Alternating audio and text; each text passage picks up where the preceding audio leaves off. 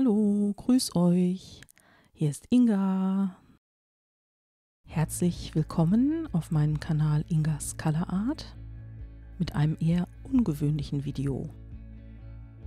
Normalerweise zeige ich euch, wie ein Bild entsteht und filme das auch aus verschiedenen Perspektiven. Das ist heute anders, da ich mich in diesem Video um das Erstellen einer Serie kümmere. Eine ähnliche Serie habe ich bereits 2019 erstellt und nun möchte ich eine weitere mit der wunderbaren Rakeltechnik malen. Das Video zeigt das Entstehen der Upcycling-Serie, die ich in unregelmäßigen Abständen fortsetze. Auf meinem Arbeitstisch, den ich zunächst abgeklebt habe, befinden sich 5 größere und 6 kleinere quadratische Leinwände. Aus dieser Perspektive ist die 6. kleine Leinwand momentan nicht zu sehen. Allen Leinwänden ist gemeinsam, dass ich sie bereits bemalt habe. Noch schimmert die ursprüngliche Malerei durch die ersten Farbschichten, doch das wird sich nach und nach ändern. In der linken Hälfte auf den Leinwänden sind sehr viele Bilder aus dem Bereich Acrylic Pouring zu sehen, die ich jetzt sozusagen der Upcycling-Serie opfere. Da die Leinwände 15 x 15 bzw. 30 x 30 cm groß sind, habe ich mich heute für ein Spachtelmesser als Rakelwerkzeug entschieden. Wenn ich mein normal großes Rakelwerkzeug benutzen würde, wäre sofort viel zu viel Acrylfarbe auf der Leinwand und ich möchte heute sehr viel kleinteiliger arbeiten. Ein Wort noch zu dem heutigen Video. Ursprünglich hatte ich nicht vor, bei der Upcycling-Serie zu filmen und habe mich dann doch während des Rakelprozesses nach dem ersten Farbauftrag in Ultramarin umentschieden. Daher fehlt sowohl der Anfang als auch das Ende. Doch ich denke, dass der Malprozess sowieso viel spannender ist als das fertige Bild. Ansonsten könnt ihr mir dazu gerne etwas in die Kommentare schreiben, weil ich das ja für das nächste Mal ändern kann.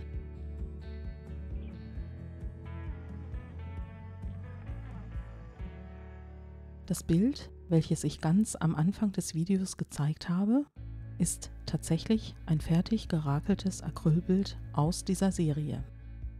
Am Schluss des Videos zeige ich alle 5 großen fertigen Rakelbilder.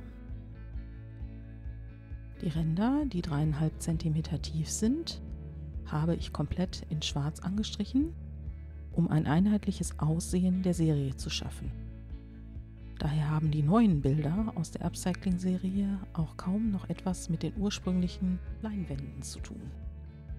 Ich gebe zu, die Bilder sind zum Schluss hin sehr goldig schimmernd geworden und sie glitzern auch an der einen oder anderen Stelle, da ich akzentuiert in verschiedenen Farben, passend zu der Acrylfarbe, Glitterpulver eingesetzt habe.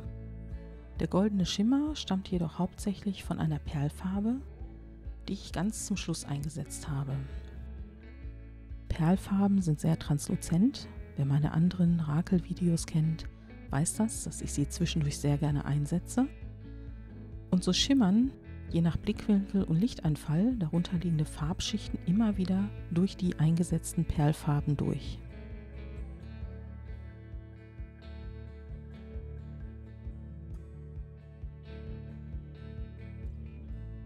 Jetzt steige ich in den Malprozess ein, den das Video an dieser Stelle zeigt. Das ist eine Leinwand, die auch für das Acrylic Pouring verwendet worden ist. Das sieht man an den Laufspuren am Rand. Jetzt trage ich nicht nur Farbe auf, sondern stellenweise kratze ich sie dann auch wieder ab. Das sieht man dann, wenn ich das Spachtelmesser ein bisschen anders halte und es noch an einigen Stellen frische Farbe gibt, die dann wieder ein bisschen abgekratzt wird und dadurch entsteht auch eine gewisse Lebendigkeit.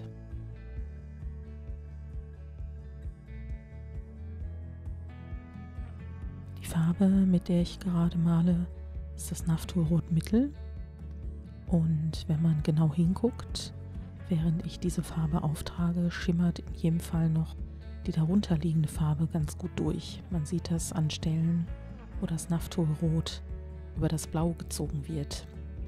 Bei den anderen Stellen ist es nicht ganz so deutlich, weil der Kontrast zwischen dem Reflex-Rosa und dem Naphthol-Rotmittel nicht ganz so hoch ist. Hier kratze ich beispielsweise mit dem Spachtelmesser auch wieder ein Stück Farbe ab.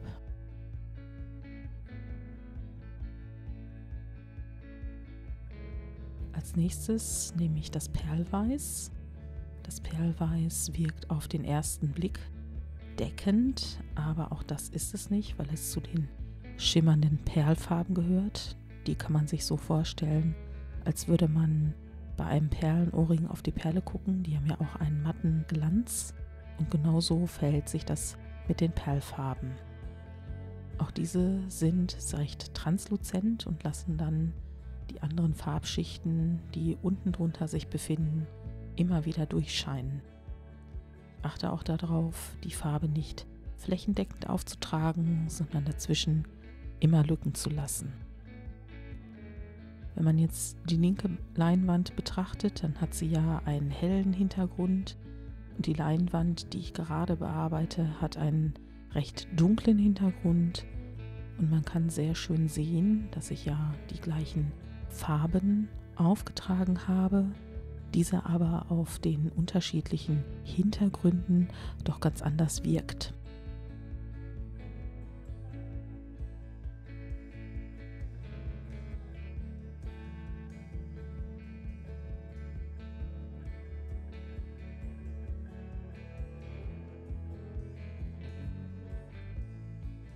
Bei der Leinwand, die ursprünglich einen orange-rosé-farbenen Hintergrund hatte, trage ich jetzt auch das Perlweiß auf. Da entstehen an einigen Punkten ein paar Schlieren und das liegt daran, dass ich zwischendurch auf dieser Leinwand Glitterpartikel aufgetragen habe, die dann mit der Farbe sich fest verbunden haben und dann teilweise hinterlassen sie dann gekratzte Spuren in der frischen Farbe. Das ist ein sehr schöner Effekt, weil dann tiefer liegende Schichten wieder frei bleiben und man dann hinterher diese Glitterpartikel teilweise sieht und teilweise werden sie dann eben von der perlweißen Farbe benetzt. Zwischendurch föhnen ist immer ganz wichtig, denn dann vermischen sich die einzelnen Farbschichten nicht ganz so stark. Das Video ist natürlich in großen Bereichen auch geschnitten worden, denn wie ich die kleinen Bilder rakel, das zeige ich quasi ja gar nicht, sondern ich konzentriere mich dabei jetzt auf die größeren Leinwände, weil man dort auch auf der Fläche viel mehr sehen kann. Per Zufall werden die Leinwände dann einmal gedreht und gewendet, sodass die Farbe beim nächsten Mal auch wieder ganz anders aufgetragen wird, in eine andere Richtung aufgetragen wird und damit die nächste Farbschicht auch super gut zu sehen ist, habe ich mich jetzt für das Reflexgelb entschieden. Wenn man jetzt eine UV-Lampe anschalten würde, das weiße Licht ausschalten würde, dann würden diese Leinwände doch schon sehr stark in den Neonfarben erstrahlen, weil ich ja auch das Reflex Rosa ganz am Anfang auf das Ultramarin aufgetragen habe.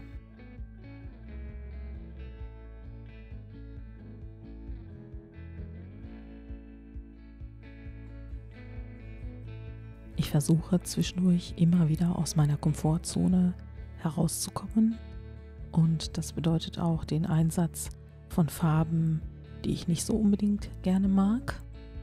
Seltsamerweise gehört dazu das Gelb.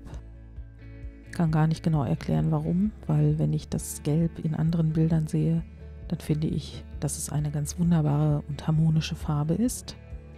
Das könnte natürlich jetzt hier dran liegen, dass ich möchte, dass die Rakelbilder zwischendrin einen sehr hohen Kontrast aufweisen und ich dann tatsächlich Farben benutze, die ich nicht unbedingt aufeinander legen würde im Normalfall. Hier benutze ich auch tatsächlich sehr viel von dem Reflexgelb und in der nächsten Schicht, die ich aber nicht mehr zeigen werde in diesem Video, benutze ich das Azogelb Mittel.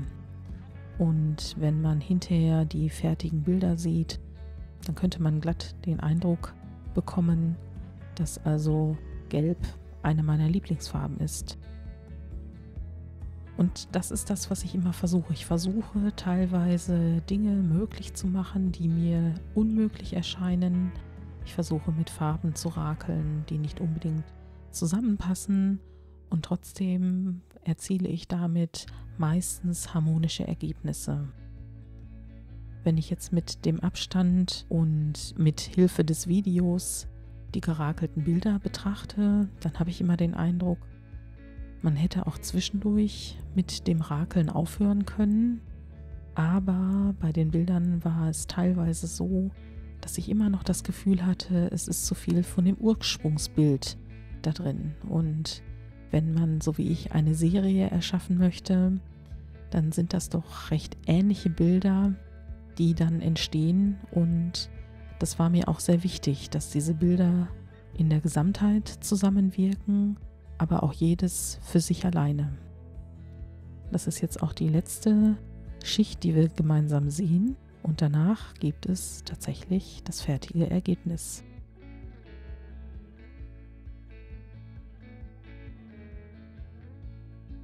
Das ist jetzt eine Detailaufnahme von einem der Upcycling-Bilder. Und man sieht ganz hervorragend, wie hier die einzelnen Schichten immer noch zu sehen sind, wie sie durchscheinen, wie sie mal frei liegen, wie manchmal gekratzte Elemente in dieser Leinwand auftauchen. Und jedes Bild ist für sich ein kleines Unikat, auch wenn man sie in der Gesamtheit auf den ersten Blick nicht voneinander unterscheiden kann.